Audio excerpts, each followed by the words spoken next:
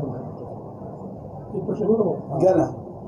भाऊ भूषण गवई साहेबांवरच हल्ला झाला फूट फेकायचा त्याला कसं बघताय आपण? मग ह्याच्यामध्ये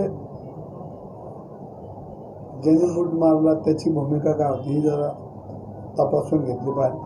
आणि असं आपल्या देशामध्ये असं घडलंच नाही पाहिजे की जर न्यायमूर्ती सुरक्षित नाही तर तुम्ही आम्ही काय सुरक्षित. न्यायमूर्तींवर असं होत असेल तर गंभीर बाब आहे.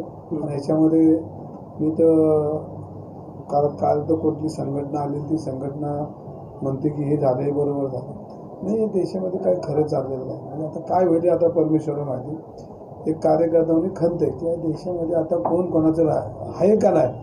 जाती जातीत विभागणी झाली, माणसात विभागणी झाली आणि कुठेतरी थांबलं पाहिजे. हे आम्ही राजकीय लोकांनी ह्याच्यात गांभीर्याने लक्ष दिलं पण आम्हीच नीट वागत नाही तर जनता काय नीट वागणार ही परिस्थिती आहे.